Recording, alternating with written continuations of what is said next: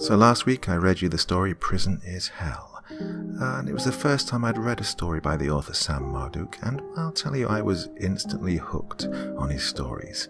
So I went out and investigated, read all his other stuff, and I found another great story for you which I'm going to read this evening. Well, to my surprise this has never been done before by any other narrator, so not only are you in for a treat, you are in for a treat that has never been, never been done before by anyone else. So, my dear friends, I think you know what time it is. It's time to sit back and relax on hump day with your favorite drink, because it's time to listen.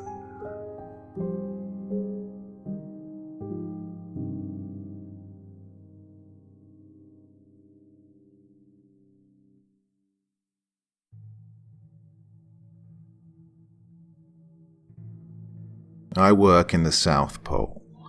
Yeah, I'm aware that sounds exciting, and it truly is, but it's a difficult job with taxing hours.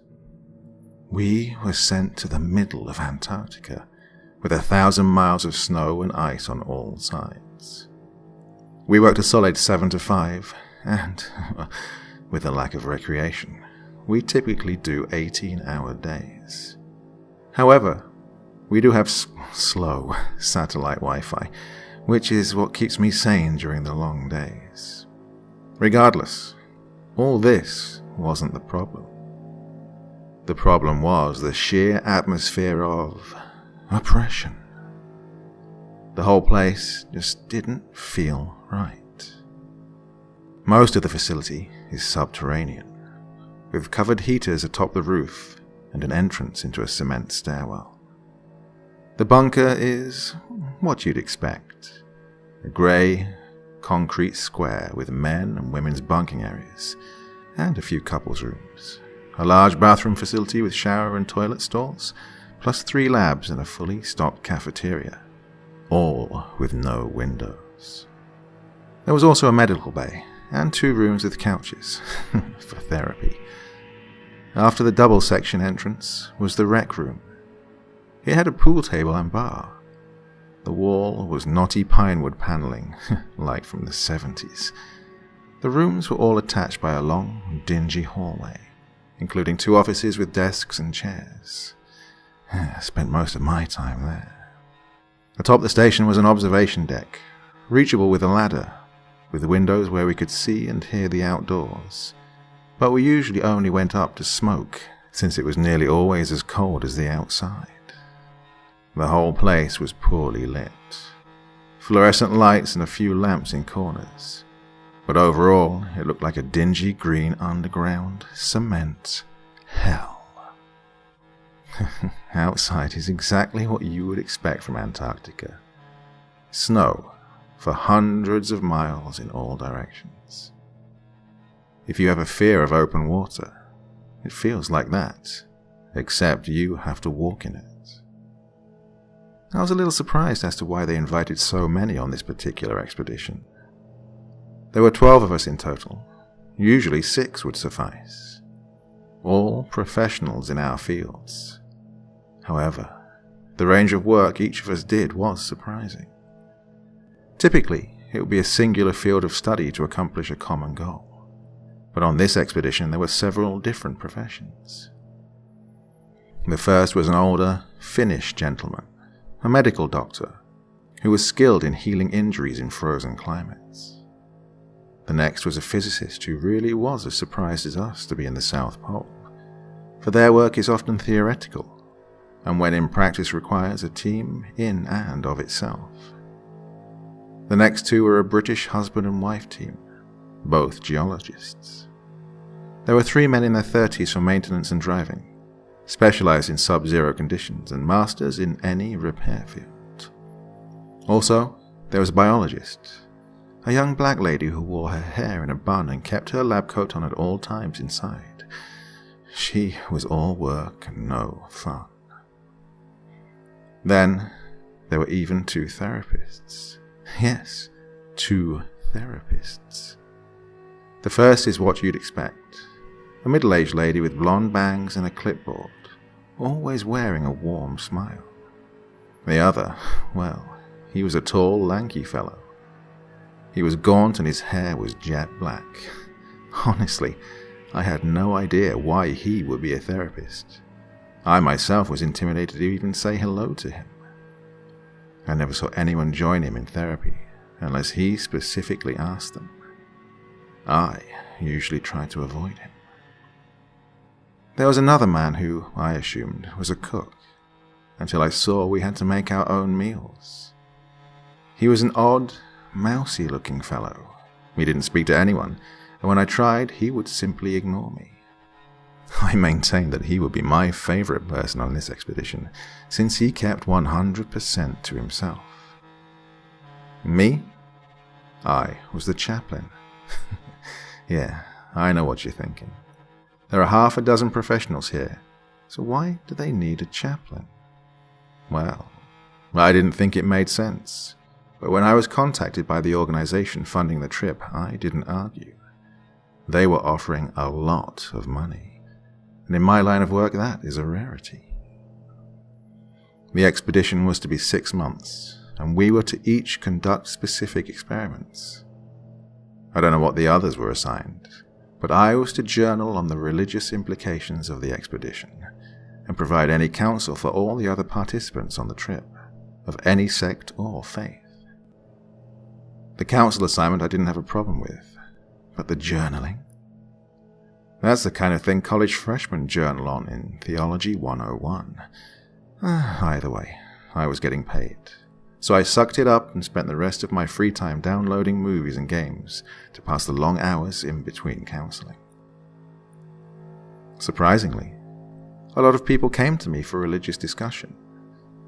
I won over the maintenance guy's approval when I cracked open a beer with them and talked Catholicism on the old red rec room couch. I'm a Protestant minister, so they were a little standoffish at first.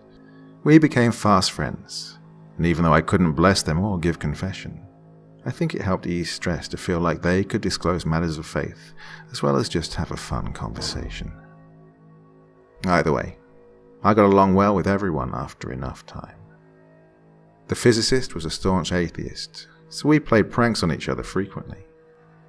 I would hide his laptop out of easy reach, blaring, "Oh, Jesus, take the wheel," and he would wake me up half the days with "No church in the wild." I considered him my second best friend in the compound, even though that song did give me chills when I thought about how far away we were from civilization. My best friend was the odd man.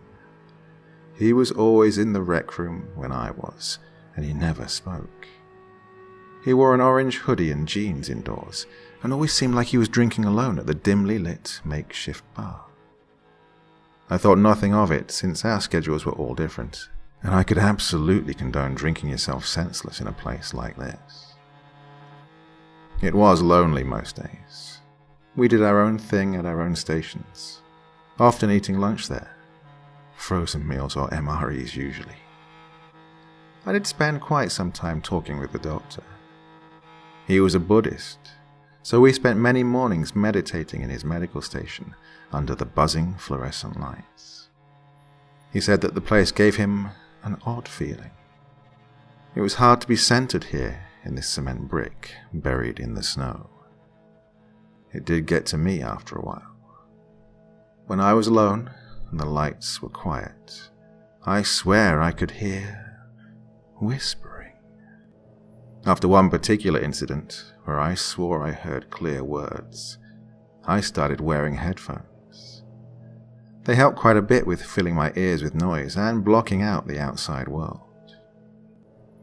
Once a week, supplies were dropped in from the coastal base hundreds of miles away.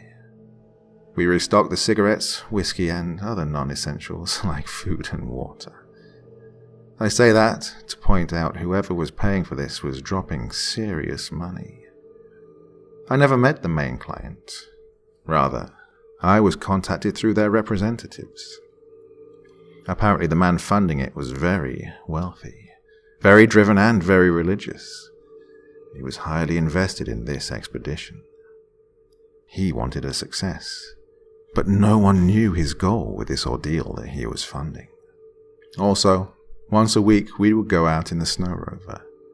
a giant SUV that could ride over the snow and ice.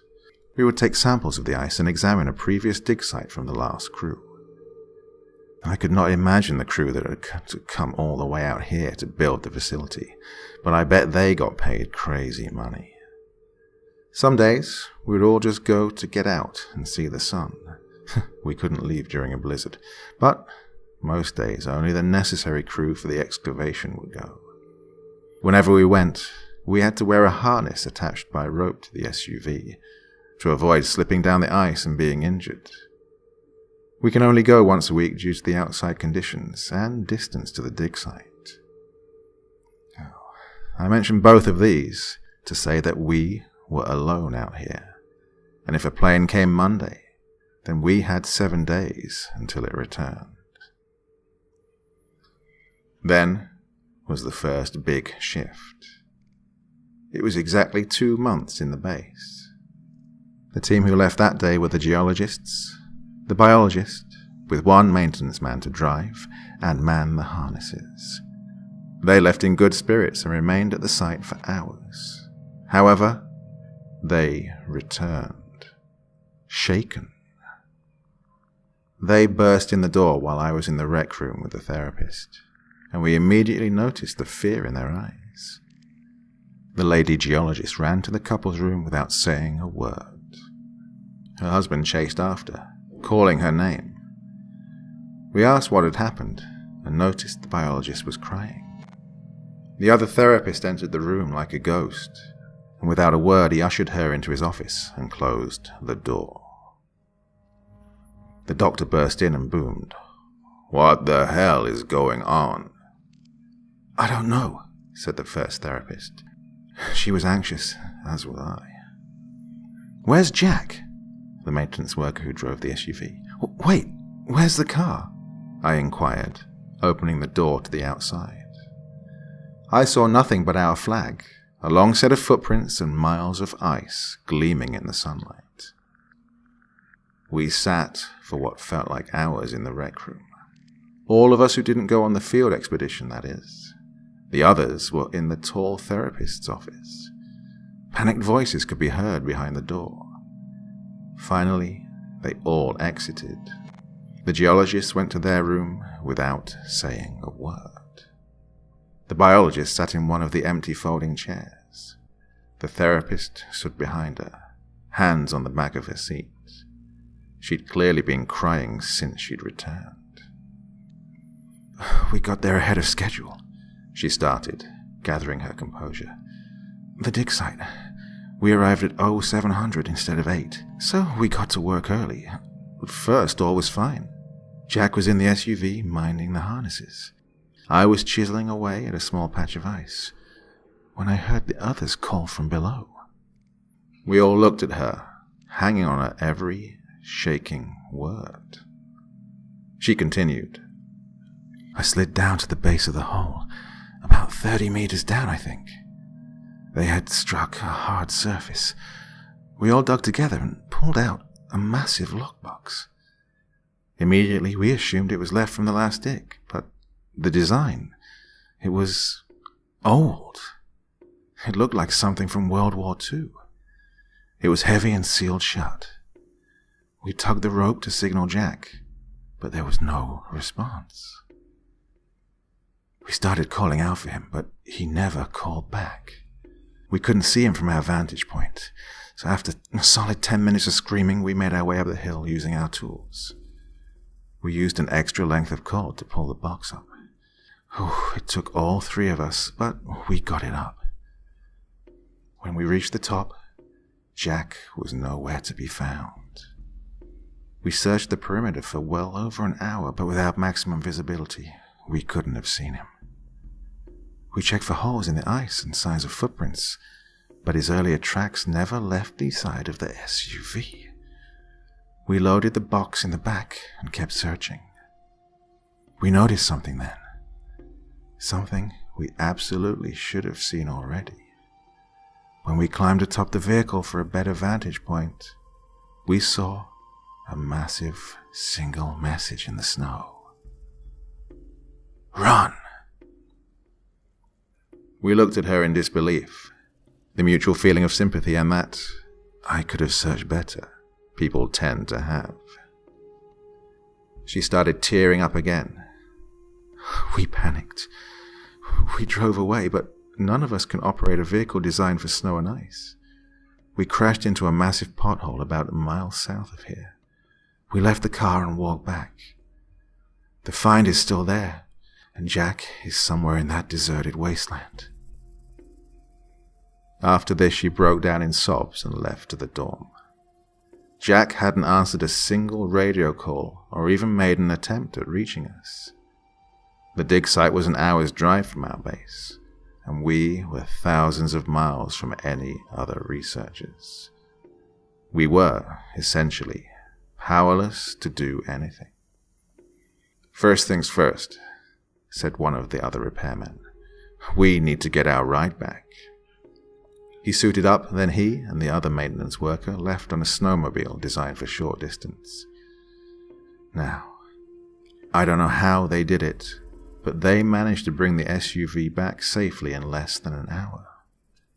By now it was getting dark, and the search for Jack would be too dangerous to continue tonight. We didn't sleep that night. The odd man didn't even come to bed. He just wandered the halls drinking. I lay there, listening to music to drown out the sounds of silent sobs coming from down the hall. Jeez, this concrete slab. This tomb in the middle of a frozen dead zone. We were completely and utterly alone. The doctor remarked before bed, if Jack is still alive, he may be better off out there. The next morning we set out.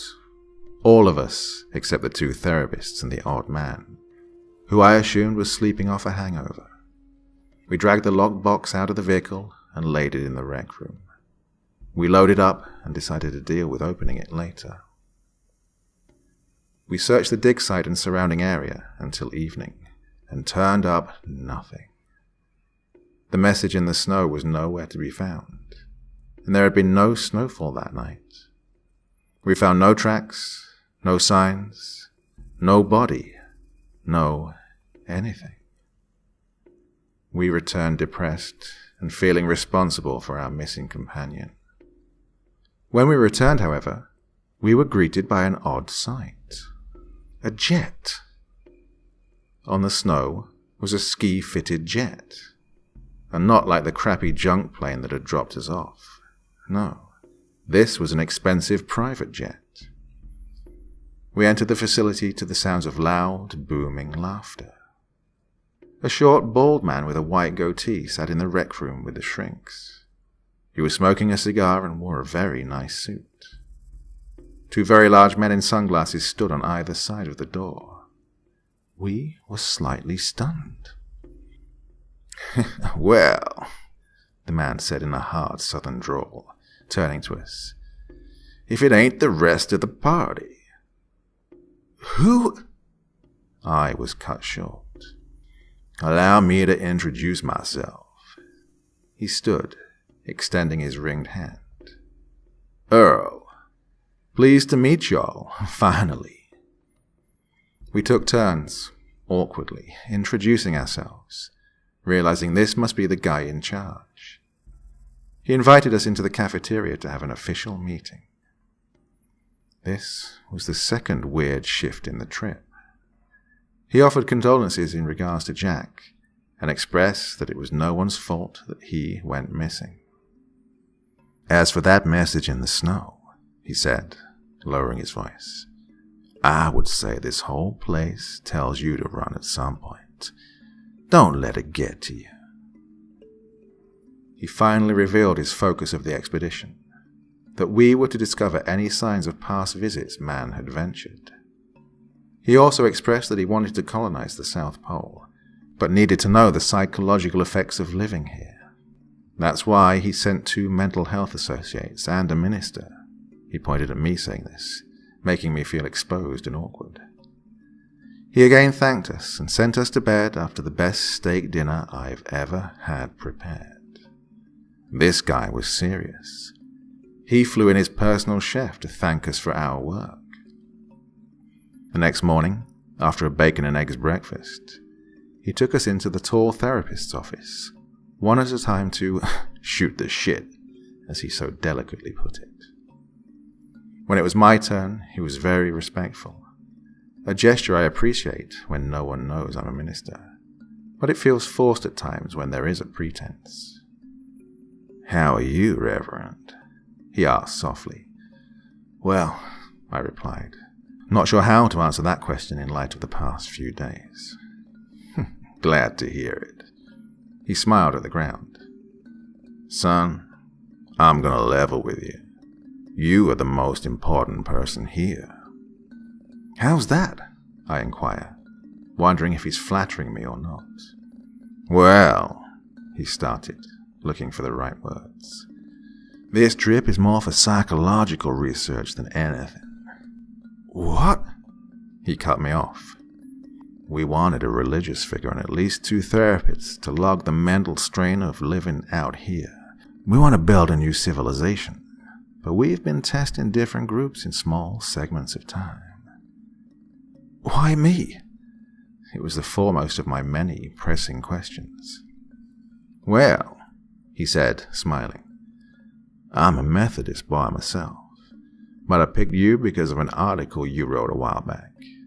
You said in the final line that you have the same philosophy as me." "What's that?" I inquired, as I'd written a few articles in my time and wasn't sure which one he meant. "To truly understand God, we must also understand his counterpart." Oh, I immediately knew the article to which he referred. It was an article I wrote after seminary on demonology in modern society. I shuddered, as this was an unpleasant field of research. Either way, the man had done his homework on me, but I still wasn't sure why a short article on demons qualified me for a mission in the Antarctic. I left the room with Earl, and we proceeded to rejoin the others. We predominantly listened to him rant on, rather than talk amongst ourselves. We just didn't feel right. We were here, in the warmth, while this man was bellowing on, and our friend was out there cold and alone. I overheard many times the biologists and geologists ask to leave. At first their requests were simply brushed off, but by the last requests, he sternly reminded them that they were under contract. They resolved themselves to their rooms after that. Earl left that night, with the instruction to report our findings, if there were any. He then boarded his plane with his bodyguards and left promptly. Before bed, I swear I heard whispering from the observation deck, but when I went to see, there was nothing. The next day, a massive blizzard rolled in. We resolved that Jack had died in the snow outside. No person could survive a sub-zero blizzard after 3 days. And this is officially where things went bad. We decided to open the lockbox. It was sealed by metal welding all the way around. It took a little while, but the other 2 maintenance men used blow torches on the chest until it finally came free. They strained to pull the lid off its container. We gathered around close. I found myself closest to the box. They flipped the heavy lid over, which shook some black soot loose from the chest. We coughed, and when it cleared, we saw the contents. There was nothing. Or at least, nothing important. We found a piece of string, a thimble, and some salt scattered about. We sat there rubbing our heads and looking at each other.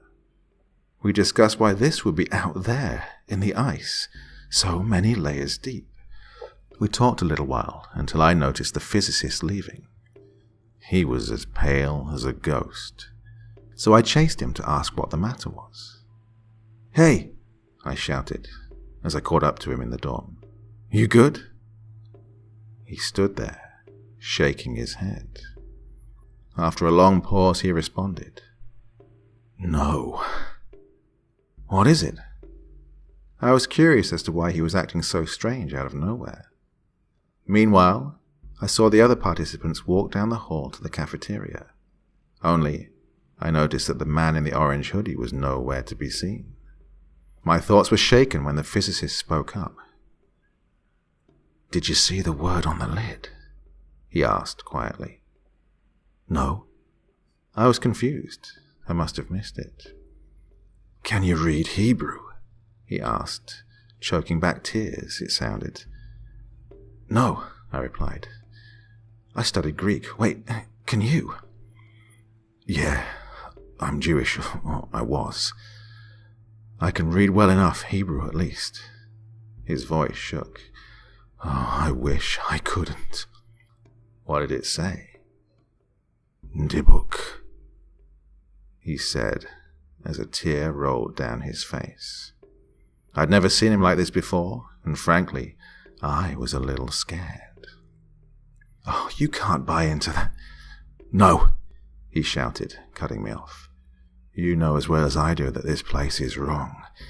It does things to you. God, the first week I chased footsteps around the shower every morning only to realize I was alone every single time. Listen," I placed my hand on his shoulder. "We're gonna be okay." I wish I could say I was telling the truth, but that box did have some sort of weird feeling around it. That night, around 2 a.m., I awoke to the sound of footsteps. They were so loud I heard them over my headphones. I went to check around, and no one was awake besides me. I heard soft sobbing from the couple's room, but knew better than to disturb them. They had it pretty rough right now. As I returned to my bunk, I walked by the cafeteria and caught sight of something awful. I turned to see the most horrendous sight I've ever seen.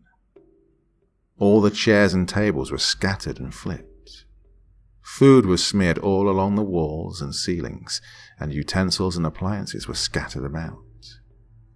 In the center of the floor was a massive, rusted steel cross, and nailed to it was Jack. He was soaked from head to toe in blood, and his eyes looked as if every vein had burst. Barbed wire covered his arms and legs, and nails were driven through his wrists and ankles. He was bald and thin, and when we made eye contact, he shook violently. Then he shrieked through spattering blood. "Belphegor." Now it was my turn to lose control. I fell backward and slid on the tile. I must have been screaming my lungs out, for everyone poured into the hallway, asking in confusion what was happening. I'd urinated. I pointed to the cafeteria through tears and panicked breaths. The inside was totally normal. Nothing was out of place. No cross, no Jack, no destruction. The last thing I remember was showering and opening a bottle of Jack. It was only 3 hours later I awoke in the rec room, covered by a blanket. Jane, the therapist, was asleep on the opposite couch. She was sweet through all of this, and I'm sure she was disappointed in my lack of professionalism. I was still drunk when I stood. Everyone was still asleep, and the blizzard still blasted our compound. I wandered the hall and heard the sobbing from the couple's room again. I realized, in my stupor, that I may need help. I knocked softly on the door, but the crying continued uninterrupted. Before I could knock again, I had to resolve myself to the toilet. I ran and vomited into the bowl, now feeling slightly more alert. As I stood wiping my mouth, I caught the brief glimpse of a figure leaving the bathroom. It was dark and tall, but I couldn't catch any more details. I finally had enough and walked to my bunk. I fell into a restless sleep that night, but I slept nonetheless. I woke the next day to someone shaking my arm. "Wake up." My vision focused to see one of the maintenance men. "Power's out and people are missing." I stood groggily. He turned to the hallway, where I could hear voices in the cafeteria. I saw the only other person in the room was the physicist. He was facing away towards the wall. "Come on," I slurred. He didn't stir. He just laid there. I only left because I saw him breathing. I walked into the cafeteria. It was lit by emergency candles on the tables, where I saw the biologist, Jane, the doctor, and the 2 maintenance men. Counting me, this was less than half of our original group. They turned, and the other maintenance man said, "Well, look who it is. You're going to scare the hell out of us again." I didn't smile or disagree. I just sat beside the doctor and asked where the geologists were. "They won't answer their door," Jane said, her age truly beginning to show in her tired, drawn eyes. "The other therapist as well is missing." "We're going to leave," chimed the biologist, "as soon as the blizzard dies down. Fuck their contracts." "How? We're 1,000 miles from the nearest base." I felt negative for saying, but I didn't want to risk certain death for a little cabin fever. "Well," chimed the man who woke me, "we have a massive sled we'll load with every tank of gas. Then we just have to get within 50 miles to the nearest base to be within radio contact. We have GPS, we'll drive in shifts, and we'll take our time as to avoid pitfalls." "Is this agreeable?" asked the doctor. Everyone nodded in agreement. "In that case," he continued, "I suggest we spend the next few days together, hoping the missing members return, and, if not, then we will beg their forgiveness in hell." I spent the day sitting in a daze. I just had no clue why we were all so distraught.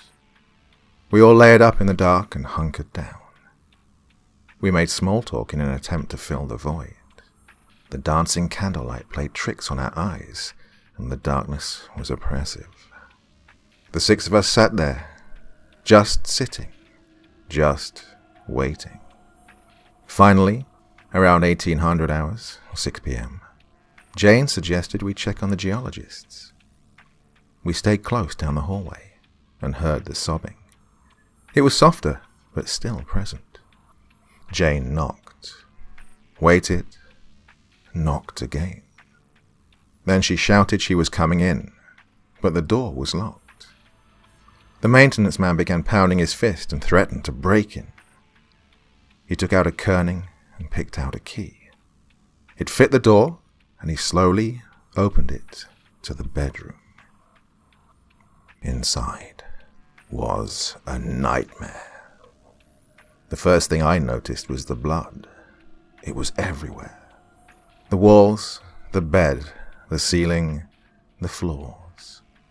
It covered the lamp and bathed the room in a deep red. On the bed was the male geologist. His eyes were wide open in shock, and his mouth hung agape. His throat was torn out, and his leg was chewed to the bone. His wife sat beside him, with her back to us. She turned, covered in blood herself.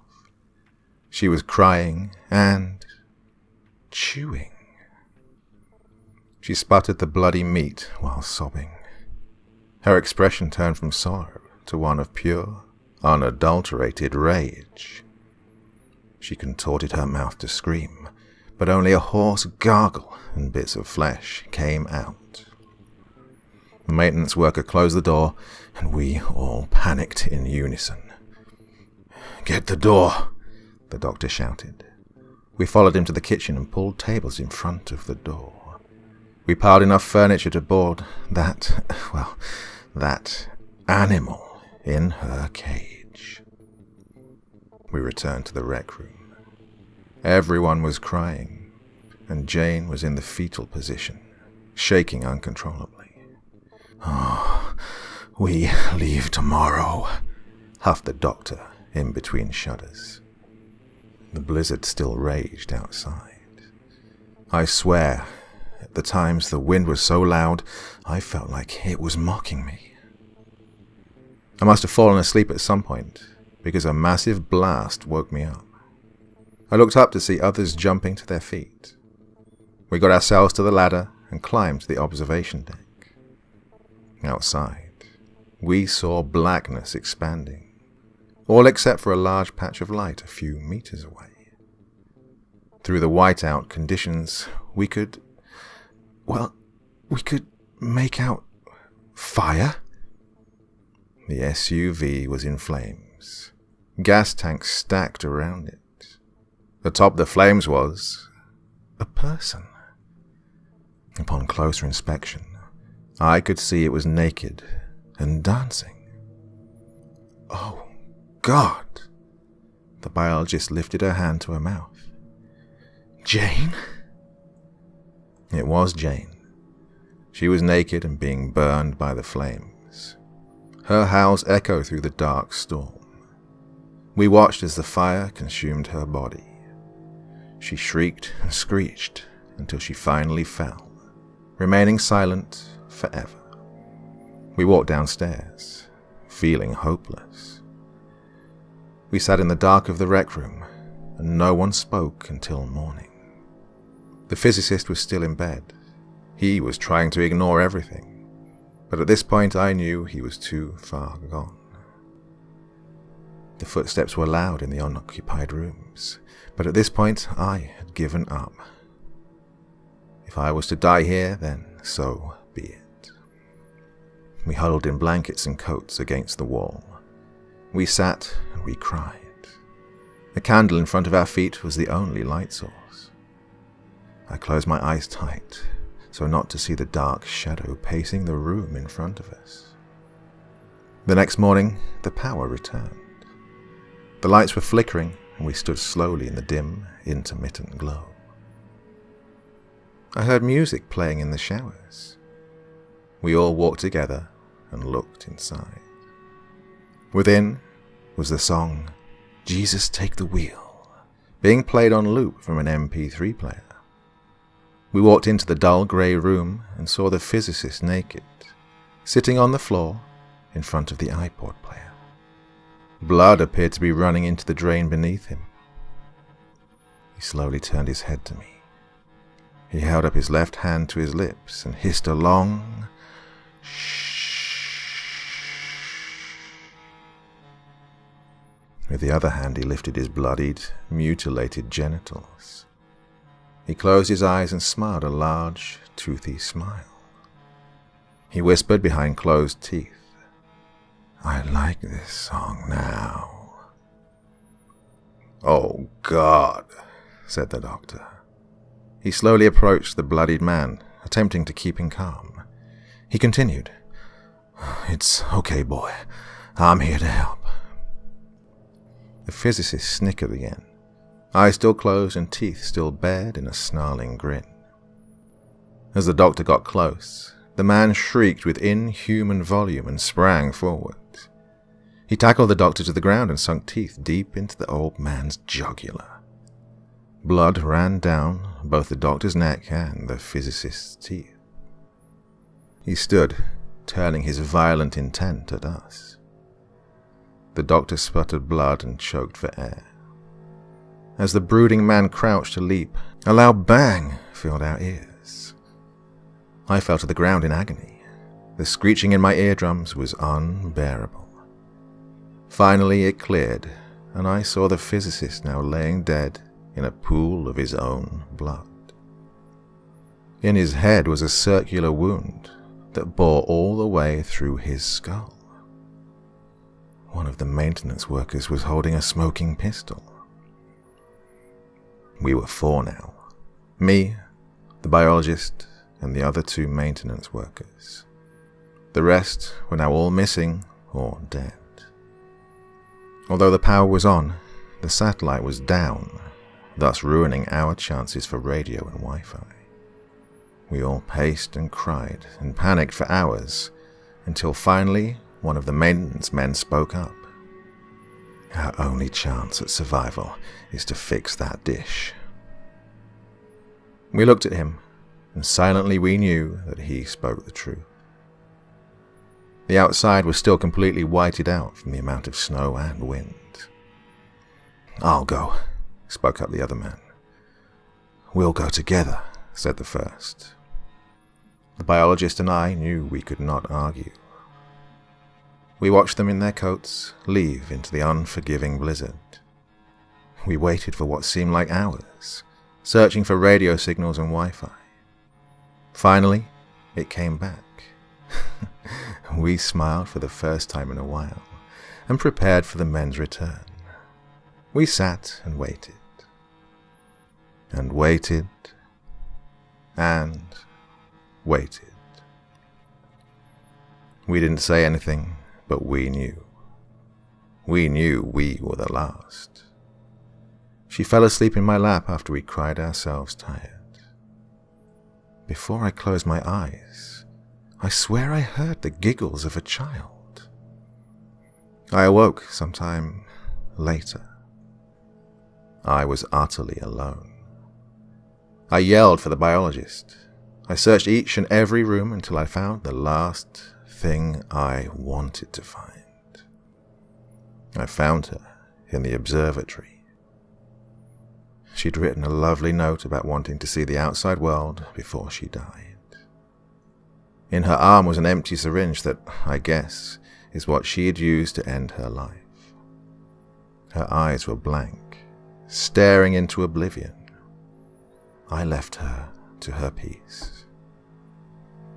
Now, on to the reason I write this in my probable last moments of clarity. The reason we were brought to this frozen hell only to die. The reason I'm sending out this story before I put an emergency flare gun down my mouth. I returned to the office I'd been using. I was hysterical. I saw my reflection in the display mirror and noticed my eyes were totally black. The sight brought me to smash the mirror. I sliced my knuckles, which rocked me back to reality, and in my second of clarity, I noticed the slip of paper that fell from the shattered pieces. It was a note with a picture attached. The note read, "If you're reading this, then I hope it isn't too late. This place is not what you think. The man in charge is not a religious kook. No, he is much more dangerous.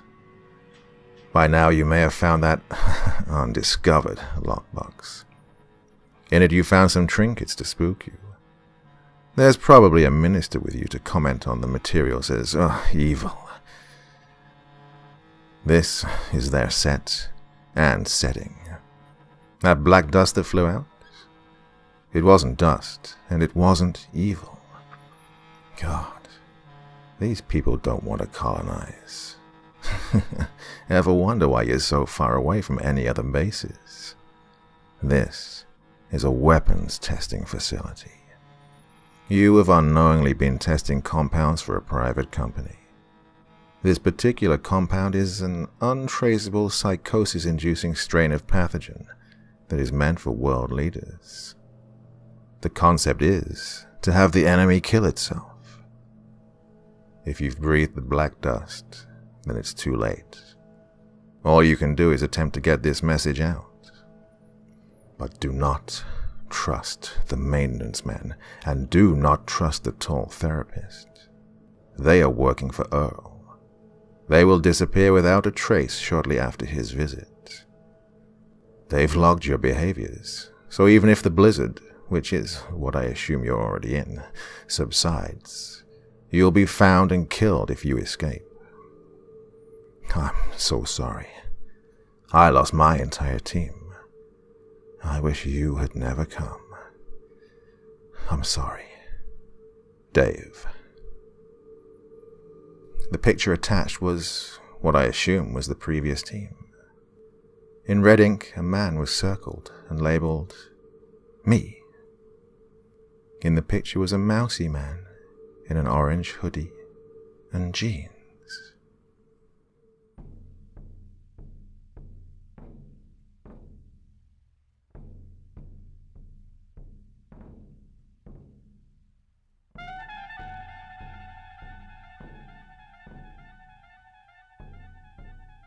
Ooh, wow, I told you that one was pretty good. What do you think? Hope you agree with me. Hope you had a good time listening to that one, because I really enjoyed reading it all for you. Well, let me know what you think in the comment section below. And I, of course, will be back with you on Friday. Not quite sure what with yet, but definitely I will be back with you. So just wait a couple of days and you'll have something new to listen to. That's it for me for now, though. So you have sweet dreams, everyone. Back real soon, okay? Bye-bye.